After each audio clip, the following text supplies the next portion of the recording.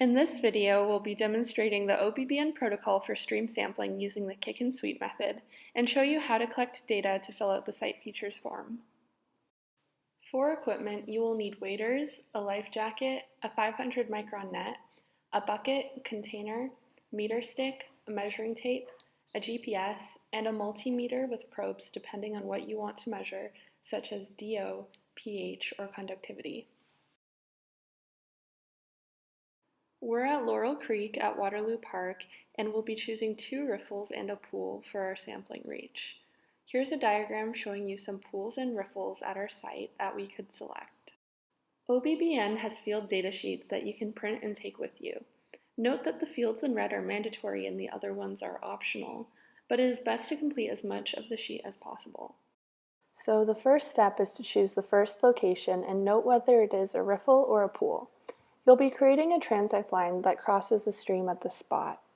We're taking the multimeter and measuring water temperature, DO, pH, and conductivity and writing it down on the site features form. Also take latitude and longitude coordinates using the GPS midstream on your transect. Then use a measuring tape to determine the bankful width of the stream.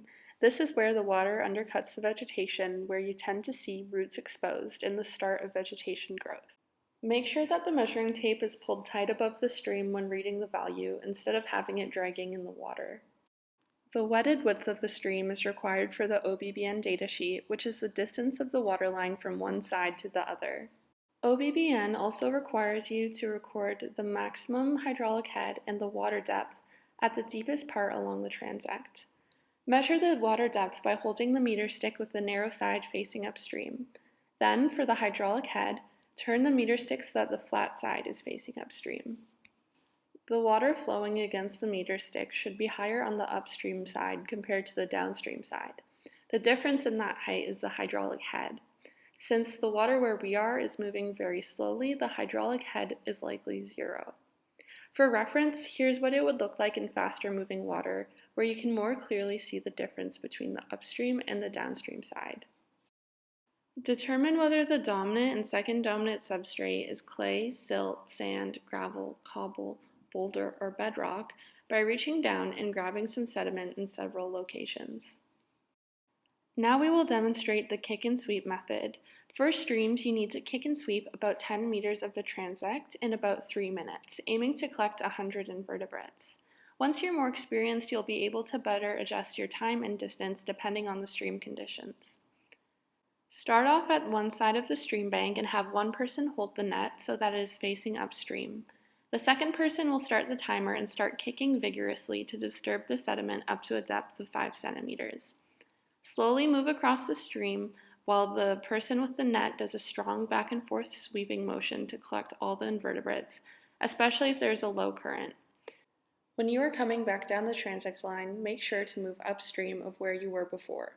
Note that you must complete any crossing of the stream even if the total distance will be more than 10 meters. Record the actual time and sampling distance. When you have finished the kick and sweep, remove any large objects from your net, such as rocks, so that they don't damage the invertebrates and make them harder to identify. Invert your net into the bucket and use the container to rinse the net thoroughly with water so that all of the benthos are collected in the bucket. Also make sure to keep an eye out for any unintended animals that you accidentally collected, such as small fish, like the one we have here, and just release them back into the water. Look into your bucket and see if you have a good amount of benthos. For OBBN, you should be aiming for around 100 animals, so if it doesn't look like you would have enough, then you should resample. Although it isn't mandatory, it's helpful to note site features and fill out as much of the form as possible by looking around your site. This includes things like sources of contaminants, sediment loading or erosion, barriers, invasive plants, and wildlife observed. You should also take a photo of each of your sites. The datasheet also asks for woody debris, detritus, macrophytes, and algae, which are recorded as absent, present, or abundant. For the riparian measurements, think about a transect running perpendicular to the stream and note the type of vegetation from 1.5 to 10 meters, 10 to 30 meters, and 30 to 100 meters on each the left and the right bank. You can use Google Earth to help if you are not able to see the entire 100 meters from the stream from where you're standing. To figure out which is the left and the right bank, face downstream and then note your left and then your right.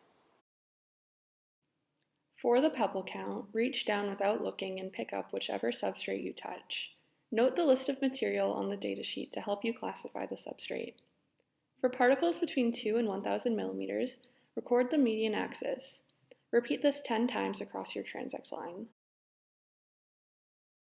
To determine the median axis, you're going to look for the longest axis, which is here, and then the shortest, and then the second largest axis will be your median axis. Repeat these steps for the 2 riffles in one pool. For lakes and wetlands, much of the protocol is the same, except that the transect will run perpendicular to the shoreline until a depth of 1 meter, and this is repeated at least 3 times.